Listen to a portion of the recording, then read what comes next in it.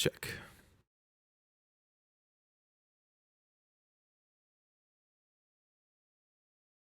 So I'm gonna run through everything I can think of.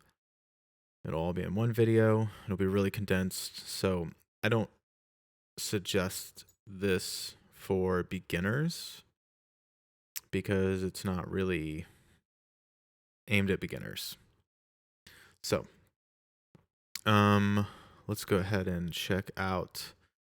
The first thing is the info view. When you open up Ableton, this is what you're going to see most likely. The colors are a little different. Mine's a little bit more customized and stuff, but otherwise, most of the defaults are the way they should be or the way they started. Down here in the left-hand bottom corner, you're going to see info view. And this is like the most useful thing for new users and all users, honestly. If if there's a new feature or whatever, or there's something you've never used before, I'll probably run into that when we go through this. But it'll tell you what it is, maybe how to use it, and then it'll give you a keyboard shortcut if there is a keyboard shortcut that exists. So, I hover over the record button, it says arrangement record button. If I hover over the metronome, it says metronome, and then it tells me what to do and, keyboard shortcuts for them. So that's pretty cool. Very useful, especially for new users. Let's start over here. Link and external. Not really something I think is super useful right now. It's a lot of, live performance, networking connections, MIDI, I don't know, wireless Bluetooth, anything that you use that requires any kind of like rewiring or whatever. That's kind of what you're going to deal with there. That and like all the stuff and preferences. So I'll just skip over that. Tap tempo, which is tap tempo. Here's the tempo. You can click in it. Just click in it once, and you can type in your tempo. You can double click to go to defaults. You can click and hold and scroll up and down to choose all the way up to 9.99 and all the way down to 20. Or you can double click or click and bam. These are the nudge buttons. So let's say I'm playing something and I want to slow it down like gradually. And then back. It'll just keep doing it until you release it. It'll go all the way down to 20 and all the way up to, I think all the way up to 9.99, but maybe not. Hold on. Let's see what happens. No, I think it stopped at 280. No.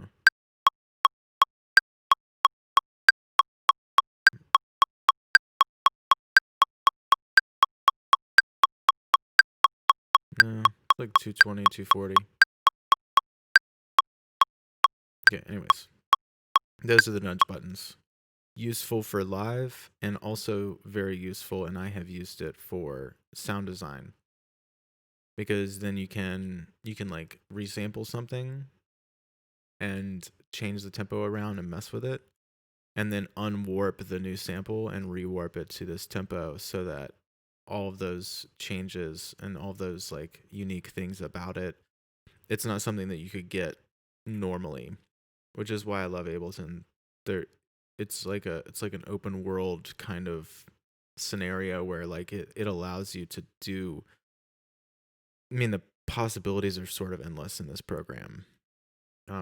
So very cool. Time signature, you can just click in and tap it. So tab 4, that'll give you what you want. You can click and drag, double click to reset. This is your metronome. You can click it to toggle it on or off.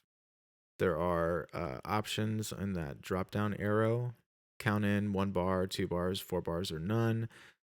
Different sounds, different subdivisions or rhythms. And then you can enable only while recording. I've actually assigned it to a key. So actually, no, I did it in the last thing. So you can assign it if you want, which I will. So now if I just hit C, I can turn it on or off.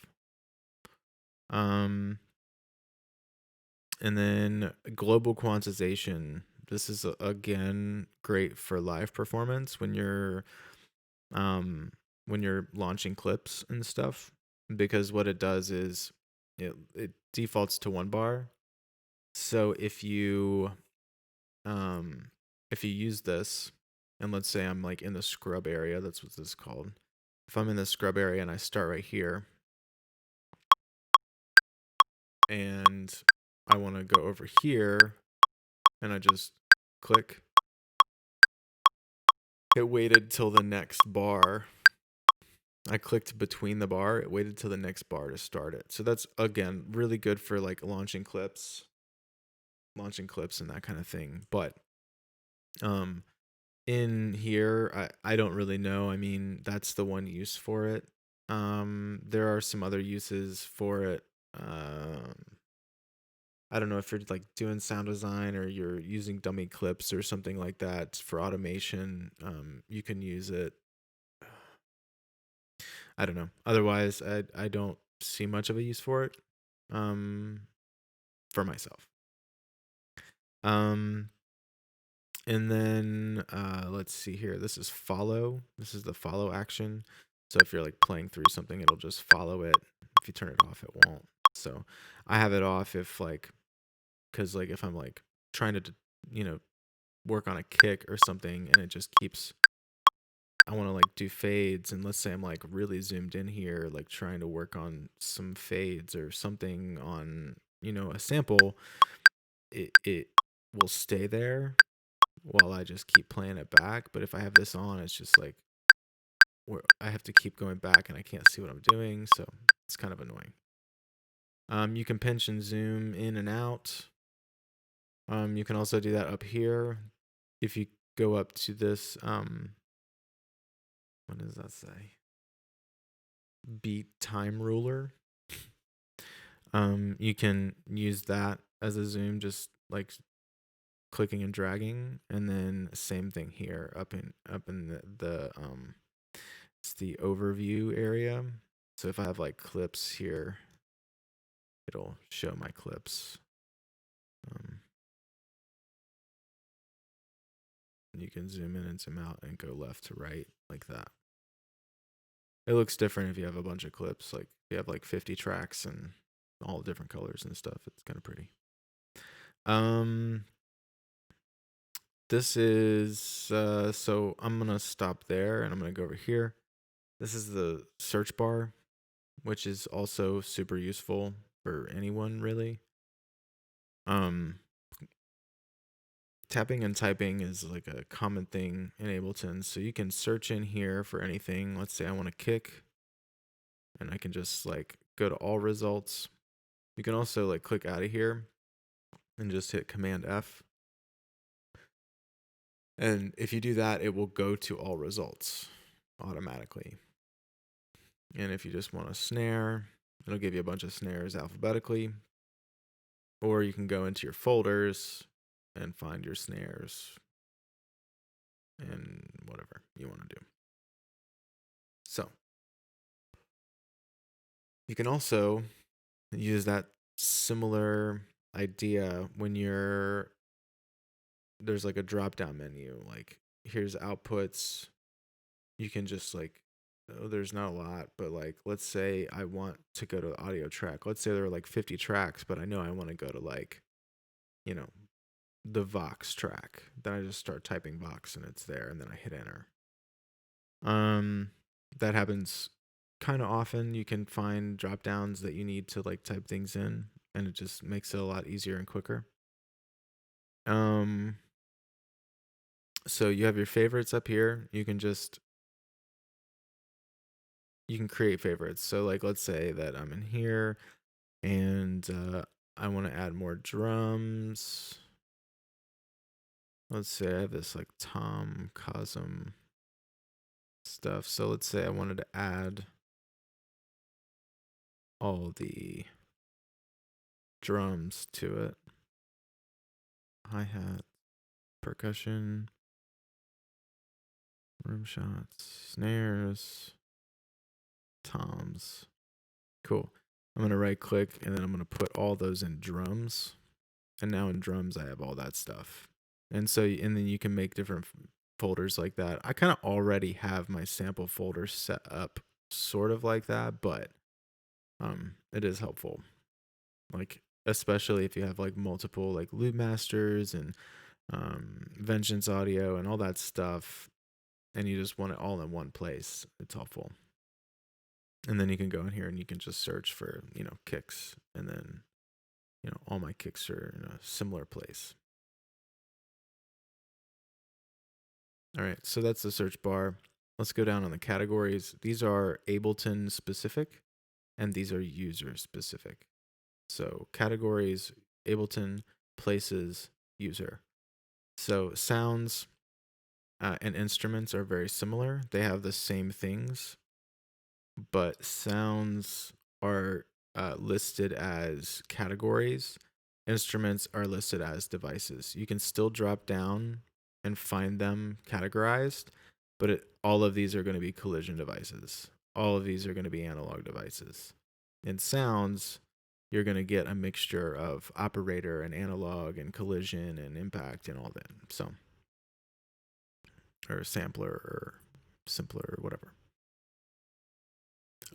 Drums, I rarely get in here because okay, so you got drum hits, but then you got all these like random like alphabetized kits that would just be annoying to go through. But it's still there. Audio effects, these are all Ableton audio effects. Instruments, audio effects, sounds, drums, anything that you find that's a sample or a device or an effect or a plugin, you can just drag it into a track and it will be there. You can drag it down here. Sorry. It will be there. You can go down, you can find a preset, you can drag it down, it'll be there. Pretty similar, it's pretty simple like user friendliness in terms of like the way I just deleted those. I just started on the right hand one and I hit delete, and then it was like, okay, you can delete the next one and the next one. You can use the arrows for a lot of stuff, and then like if I go to compressor and then I right arrow, that opens it up. Then I go down, and then I can like hit enter and it will open it up in the track that I have selected. So you can use arrows in the keyboard for quite a lot. It'll just save you mouse and trackpad time. But those are the audio effects. MIDI effects work the same way in terms of dragging and dropping and finding and activating. But when you drop them in, they go first. They go before devices. So like let's say I put an instrument. The MIDI device goes before the device because it's just affecting the signal that goes into the device, and then the sound affects and then the audio effects affect the sound that's it's making. So it's left to right. You got to make sure that it's all in line, but it won't let you put it anywhere else. Like you have to put it there. It'll red out if you try to do it anywhere else. Like a MIDI effect, you try to put it over here and it's giving you an error, so you have to go over here. So it's pretty simple. Max for Live devices are just really complicated or more specific Ableton devices that have been developed and specialized by developers or producers or hackers or just people that are, that want a specific thing. There's like a clap instrument, and there's tom instrument, and you can get you can do a bunch of different things. You can buy Max for Live devices, and like I said, they're more third party. When I say third party, they're like Ableton developers outside of the company itself. I'm bad at speaking. Plugins, these are your plugins. So when I said this is all Ableton stuff, I was kind of wrong. These are your plugins, and this is all coming from the system folders. under library and audio and plugins.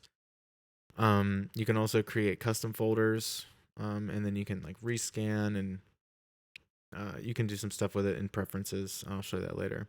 Clips and samples are all Ableton clips and samples that have been that are in your packs and stuff. I don't search these too often. They can also be things that you've done, I think. Because like those up there, those were, I don't know how those got there. Packs. These are Ableton packs that you can download. And then you've got like all kinds of different things: effects racks, MIDI clips, samples, sets, like actual sets, sounds, drums. There's a lot of different tools you can use. User library. This is where I save some stuff. I have my Live 8 compressor here, which I use for side chaining because it doesn't have the click in it. And you can download that for free. Just search in Google Live 8 compressor, and it should be the first option. Current project, this is just like what audio and consolidated recordings and audio and stuff that's in here, samples. And I have done nothing, so there's nothing in there. And then you can have all of your sample folders here. The rest of the stuff I've added, so you just go to add folder, and then you add the folder, and then it will open up. Sometimes it takes time to read and populate it. Sometimes you just need to close out Ableton and open it up again. Anyways, that's the browser. If you want to toggle that back and forth, it's just Option and Control or Option and Command B. And you can do that all day. Or there's this little button up here. And down here on the bottom, beside the info view, actually right here below this is, if you wondered what this was, it's the groove pool. And we'll talk about that later. But this is where all your grooves can be. And you can Option Control or Option Command G that guy. And then down here, this is where you drop your instruments and samples, devices. I mean, you've already seen me do it. All your plugins, samples, what else? Effects, racks, Max for Live devices. Anything that is a device effect plugin will go there. You can open and close that by Option Command or Option Control L. So you can close down pretty much everything and get, a lot of real estate out of that. Let's go back up here to the top. Sorry I'm jumping around, but when I get to some of this stuff, you're going to want to know some of this stuff, if that makes sense. Actually, let's go over here first. So these are your tracks. I have like an audio track for my voice right now, but you have MIDI and audio tracks right here. These are all up in this area, and it's separated so that like your return tracks and your master track is kind of stationary, and your audio, you can move through your audio tracks like this. And I'll close these down so you can see this more. Oh, what did I just do?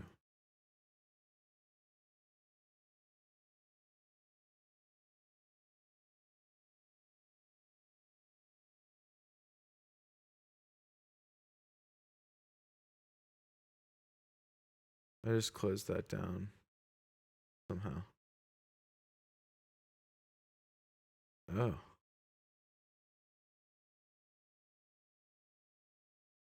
So you can hide your return tracks with that. Oh, okay, cool. I'm learning some things.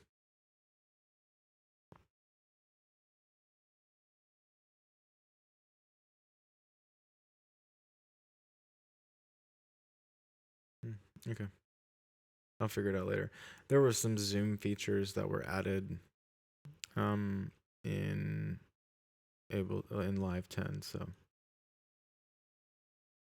you can add tracks with the following method.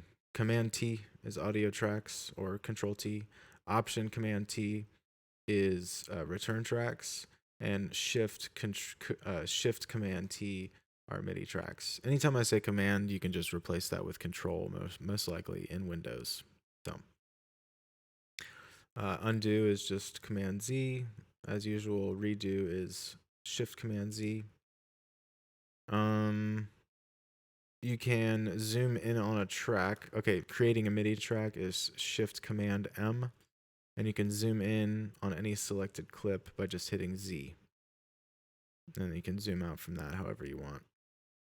This height and width is just basically to optimize the height and width of what you're doing.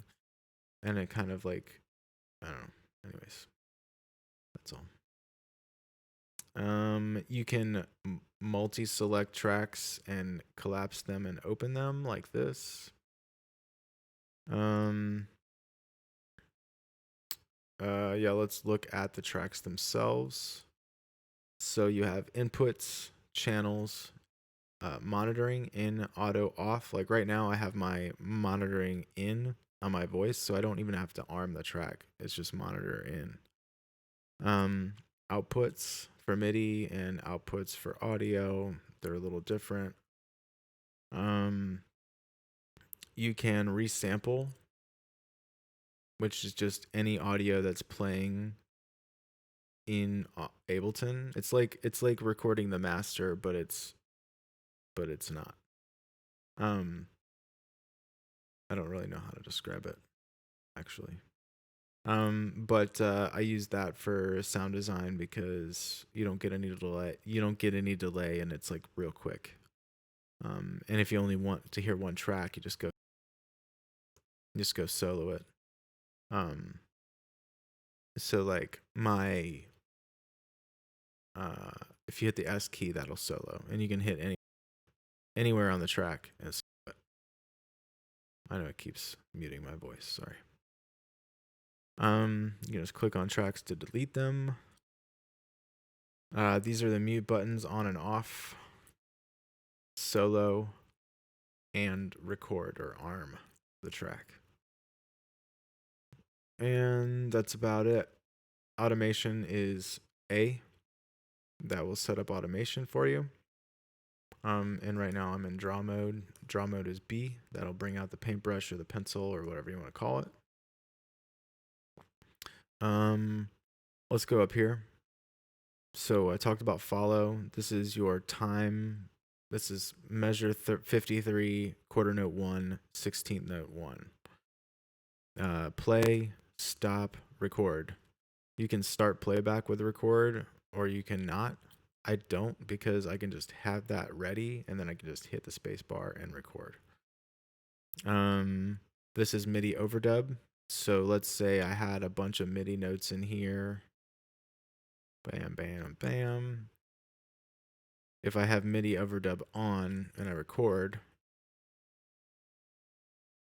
well, I guess there's not a device in there. So let's put an instrument, put operator in there. Okay. Now, when I go to record,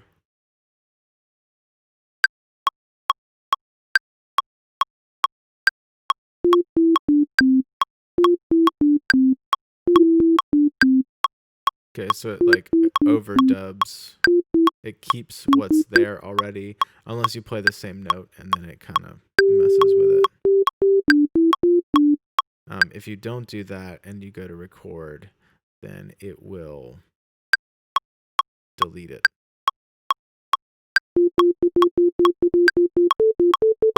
You can see it just like deleted over it. I don't even have to play anything, and it will delete over it. So there you go. That's what MIDI overdub is. Useful for like looping and, you know, creating drum tracks and chords and stuff like that if you only want to use like one finger at a time. This is automation. You can arm it or disarm it. If you want your automation to play back, then you keep it armed. This is an re-enable automation. Let's say that let's talk about this first. If I hit M will turn on your MIDI keyboard, your computer MIDI keyboard. So let's turn that off. Hit A to turn on automation. And then anything, pretty much anything that you click on, you can automate. So I'm going to click on volume. And it will tell you what you're automating right here. It says mixer and then track volume. And then I'm just going to create some stuff.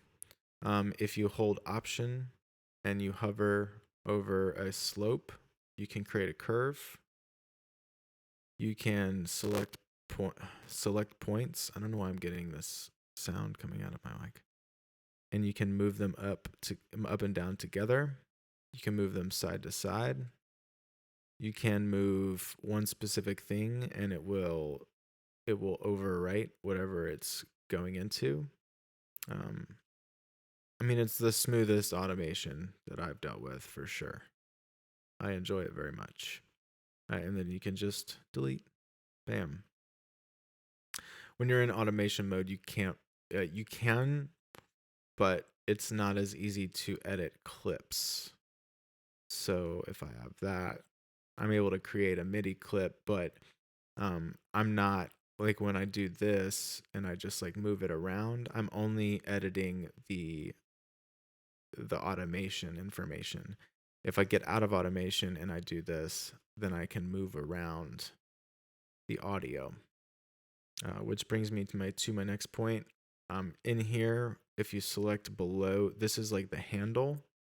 If you use the handle, you can move it up and down and around and whatever. But if you select below the handle, you're gonna get this kind of selection tool. If you hold Command or Control, you can get full control over where it is. It gets rid of the grid. It doesn't snap to grid anymore. You can actually see the grid disappearing. But that's how that goes.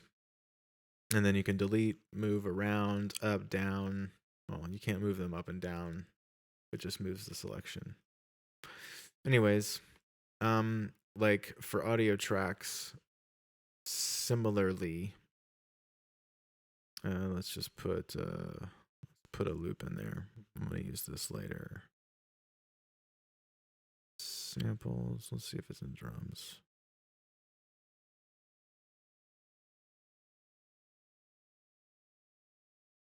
Come on, play it.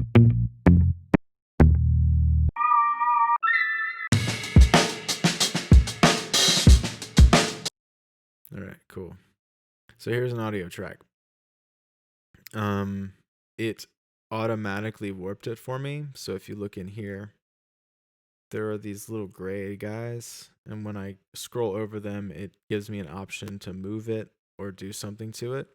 These are warp markers. So this is how you can warp the audio. It's already warped it, but it hasn't quantized it or anything. It's just given you options for warping. So right now it's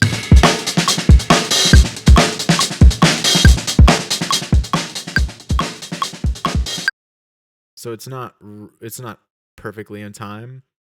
I can just double click on these and anchor them and move them around as I like.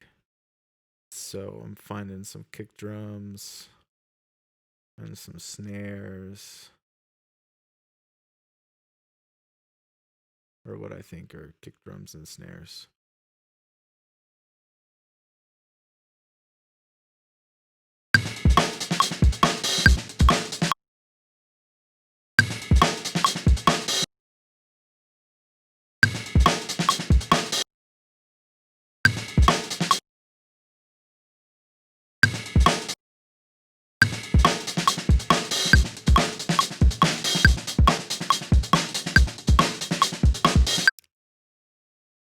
Cool. So I'm just like warping the audio and I can quantize it, or you can just select Command U and quantize it, and it will quantize it for you. You can change the strength by right clicking here and you get a lot of options.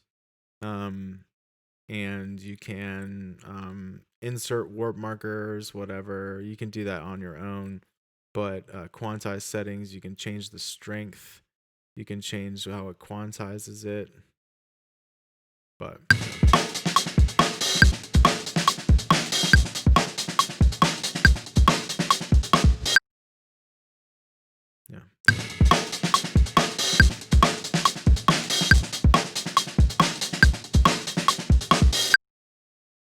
I could have gone to like 16ths.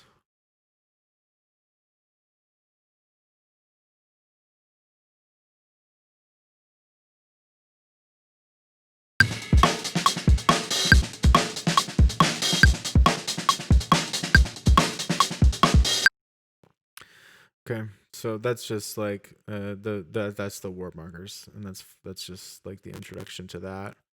But if you go back to the clip here, let's zoom in on that. Hit the Z. And like I said, you can select all this. You can move it around. If you click in here and you hit Command E or Control E, you can slice something. If you click and drag and you make a selection and you hit Command E, it actually makes a clip of your selection, which is cool. You can literally just select something and move it around like this. Command D is duplicate. I don't know what it is in other programs, but Command D is duplicate. Yeah, Command D, Command E, arrows. Those are and then click and drag. And then if you've noticed, there are like little boxes at the top and bottom. Those are warp markers. So you can warp it. This is the beginning of the track, so you can't warp it that way. But you can warp it this way. And then you can change the behavior of the warp in the middle of the curve. I didn't say warp. You can fade it. You can change the behavior of the fade. And then like, let's say I've shortened this track a little bit, but I want it to fade into the next thing. You can actually fade it this way too. But you have to have audio on the other side to actually make that work. But yeah, so if you're at the end of the clip, like it's not gonna let you do that. Now this is looped right now. You can change it to not looping. We'll get to that in a second. That's actually about it with the clip itself up there. Let's go down here. So we already talked about warp markers. You can move them around. You don't have to anchor them. You can still move them around, but they're not anchored, and they may be affected by another move that you make, if that makes sense. So if you anchor them, then it won't be affected. It will stay there when you adjust other audio. So these anchors around this one are not moving. If you look over here at the clip, there are 3 boxes within clips and samples. So there's the clip, sample, and envelope box. So in the clip box, you can actually turn it off by that. You can also click on the clip itself and hit 0, and it will deactivate it or activate it. You can change the color in here. You can change the name. You can also change the name of pretty much anything by just Command R. That goes for tracks, that goes for clips, that goes for instruments, whatever. You can change the time signature of the clip without changing the time signature of the actual song. This is your groove area, which we'll get to in a second. And then this is your sample area. Here's the name of the sample. You can click on it and it will take you to the sample itself.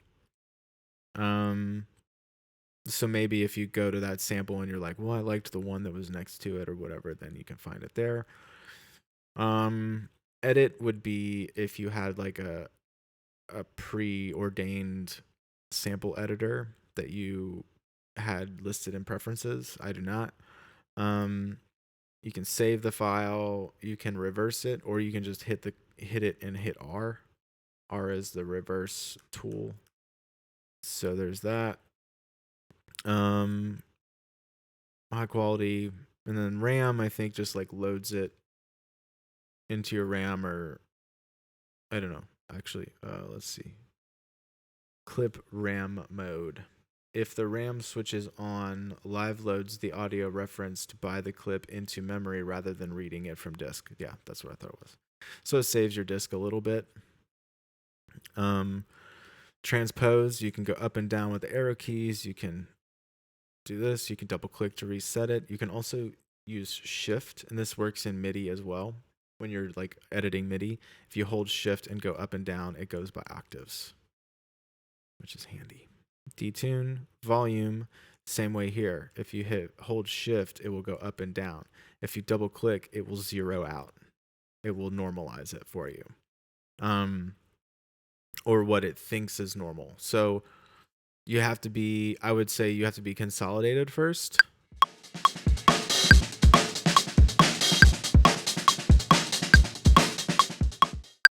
Okay, so let's just consolidate it. Let's consolidate it.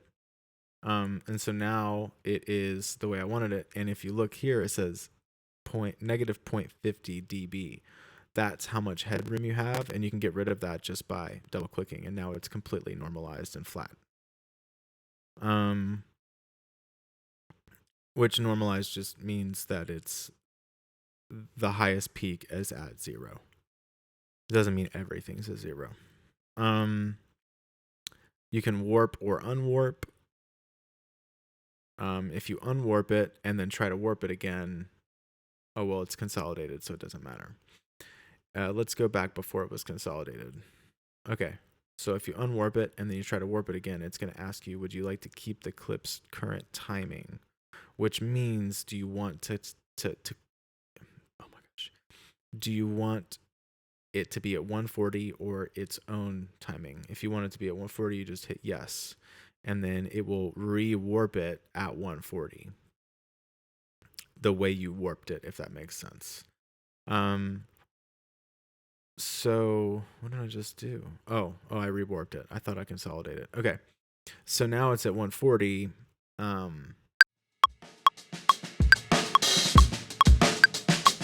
I hadn't warped it yet, I guess. Let's go back. Okay. Unwarp, and now we're there. So yeah, that's what you're gonna deal with. And so let's do this again. So let's unwarp it and then warp it again. And then if you hit no, it will.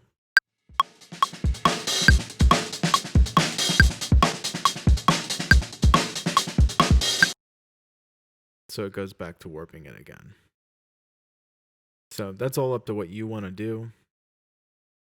And it's, pretty much however it works.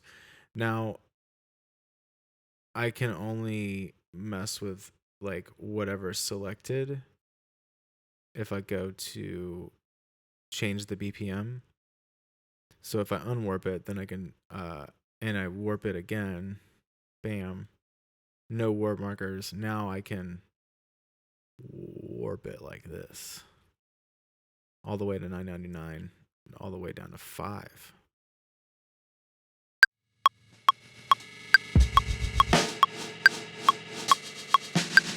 You can also double it and half it, just like this.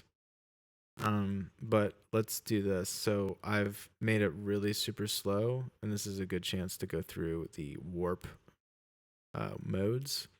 Beats basically takes, so you know how we have warp markers.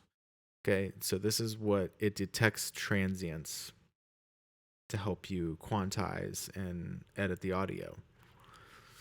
Well, Beats takes the transients and affects the sound in between the transients. So instead of it won't warp, it won't repitch it, it won't warp the actual sound. It will just keep replaying like a sampler until and it gets sounding pretty funky sometimes, but it will just replay it like a sampler if you change the BPM. And this is why it has these things. It says preserve transients. You can preserve certain like bars, half bars, quarter notes, eighth notes, 16 notes, and 32nd notes. Which I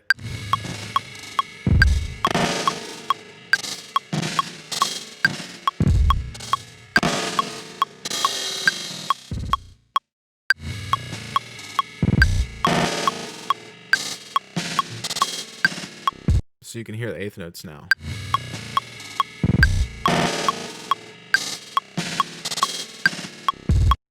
Okay, and then quarter notes.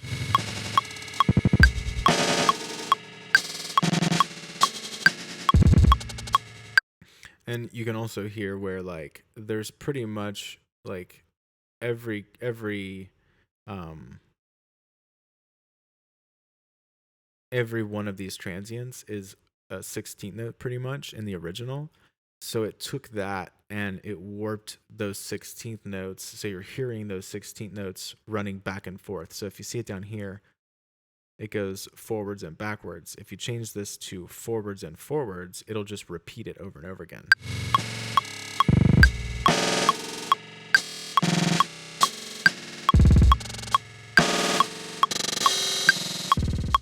Like that. Half notes, and then I just do preserve transients.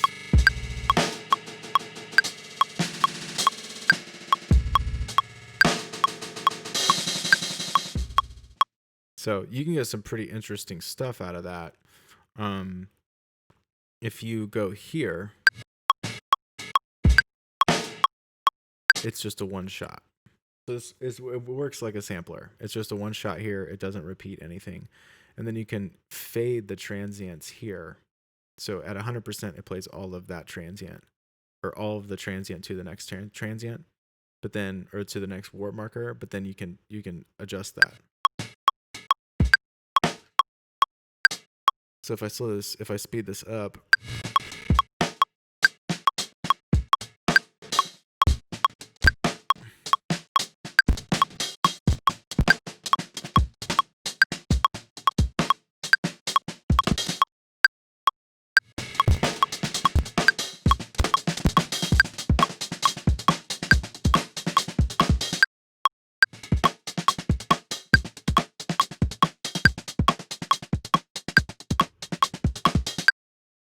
so it kind of acts as like a decay time. Anyways, you can mess with these tones. Basically just like affects the grain size.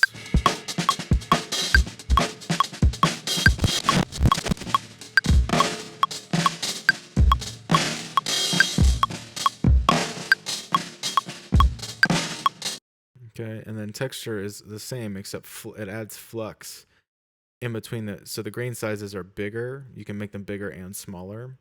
But the flux basically, like, I think it tries to detect audio and then like bridge the grains or something. Anyways, here's what it sounds like if you like mess with the grain size.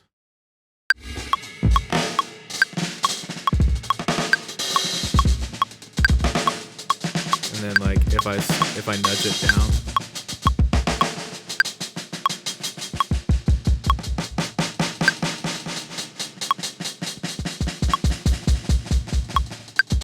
so you can get some pretty cool results with that.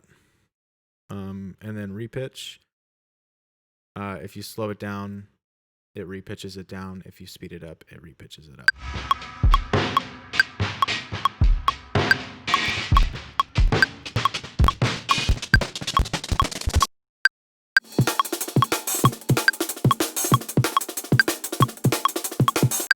Yeah, which it actually keeps the quality of the audio quite good. It's not bad at all.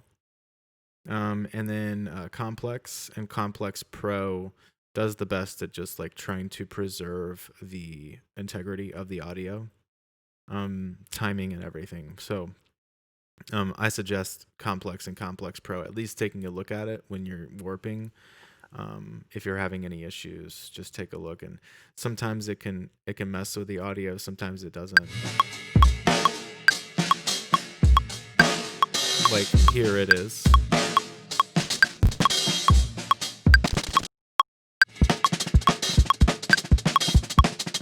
But you can hear when it goes faster, it doesn't like clip, it doesn't like chop off the audio. It actually tries to keep the legato-ness of the sound.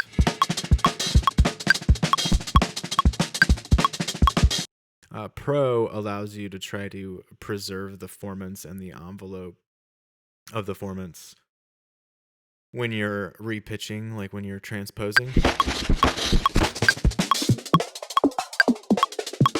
If you get rid of that.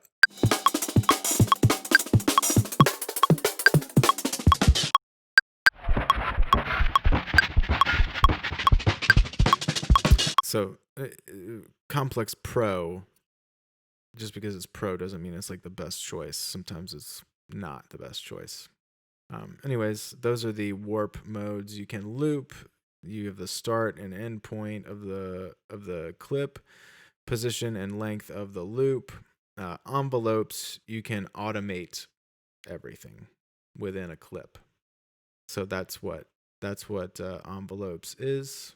Sorry, I'm trying to remember that I'm trying to keep this short. What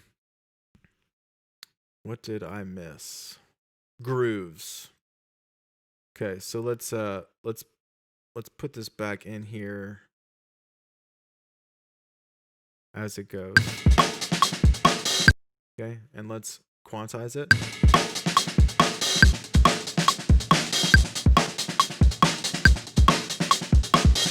Cool, we got that. Now let's try groove. So let's open up the groove pool. Right click here, browse groove library. Let's try some hip hop. Let's try.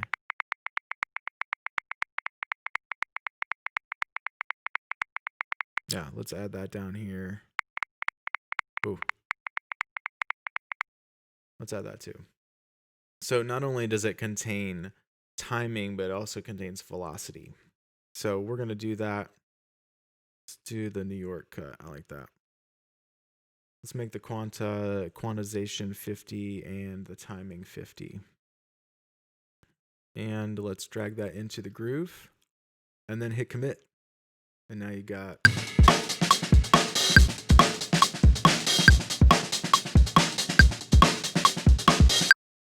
There you go. That was pretty easy. And then you can also right click on a clip, MIDI or audio, and extract groove. And it will extract the groove of this and it will add it to the groove pool. And then you can save it as whatever you want. And then you can use it on other instruments to glue your tracks together a little bit better. So if you have like some swing or any type of like unique rhythm, you can also create a MIDI clip, and if you want a specific groove for a tune, like let's say that you like want it to be like on the 5th partial of 16 notes, 5/8 or whatever they call it. The 5/8 groove, not 5/8 time signature. That's something you can do. So it's interesting and it's pretty fun when you get down to it. Oh, I didn't get up here. Punch in, punch out, and loop. You can do that. So let's say I want to loop this, Command L, or you can just select this up here. It will loop that. You can select anything, Command L. You can do pretty small chunks. I think maybe like a quarter note at a time. Yeah.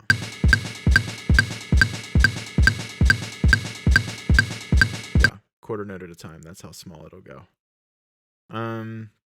You can also punch in and punch out. And you use the same marker here. So this marker is just punch in, punch out. And if you have it enabled, you can start over here. It won't record till it gets here, and then it'll stop recording when it leaves. But you have to have that enabled. And then you can just hit Command L again to disable loop, and you're golden.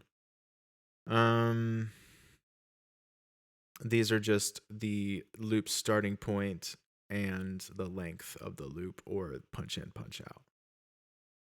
Over here, this is draw mode. If you're in a MIDI track, you can just hit this stuff. You can also hear it by hitting this right here. Legato over here makes them legato to each other. They basically just like add length until there's another note. So if there's no notes and you just hit legato with this guy, it's just going to be the whole bar. You can invert. It's like reversing a track. So instead of hitting R, you just hit invert, and it will invert all of this. Wait, Oh, it inverts it. It doesn't reverse it. I was messing with something earlier, and I think just by coincidence, it looked like it reversed it. So you can invert it, or you can reverse it. There we go. So that's pretty cool. You can't use R to reverse it on this one. You can also change the timing of everything. You can warp it manually.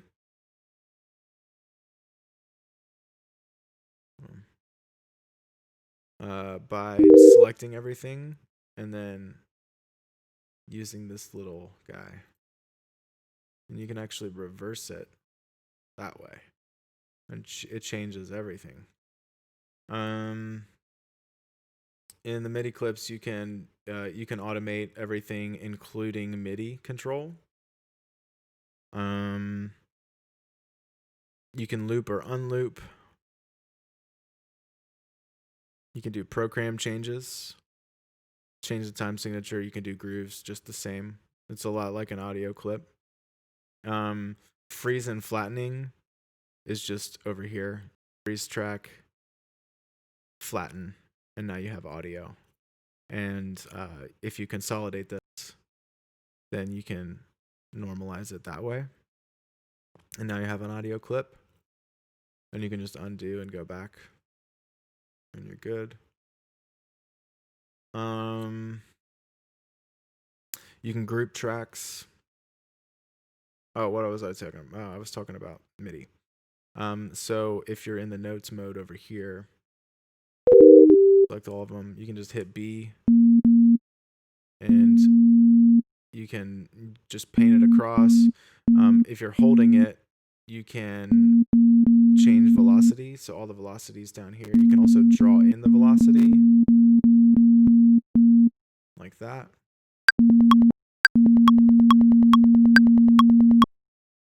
Cool. And then that's pretty. But you can do that. What I use most of the time is I don't use the paintbrush tool because it's a little finicky. So I just make a note, and you can change the volume or the you can change the velocity by holding command or control and then like hovering and then dragging up and down. And then I just hit command D to duplicate and move around. And then you can change the length here. If you're in selection, if you're using your cursor, you can hold it and do it that way. And again, you can change the velocity this way. If velocity matters, it does not for operator right now. What else? Command D, Command E, all those like editing tools are really helpful. You can create groups within groups. So if I was to just group these, and then let's say I made some more tracks and I want to group these tracks together, a group within a group, a group within a group. And then you can add effects to each group and assign things and, do a lot of cool stuff. The possibilities are sort of endless. It's like Inception a little bit. And the same thing with instruments and racks or audio effects and MIDI effects. So you can go in here. What did I just do?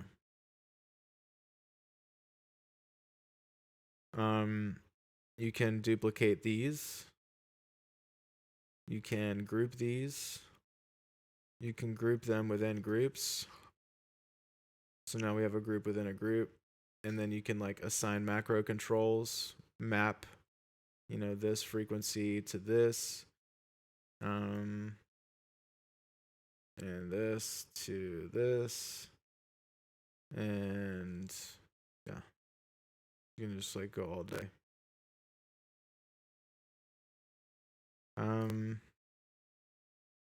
Let's see what else.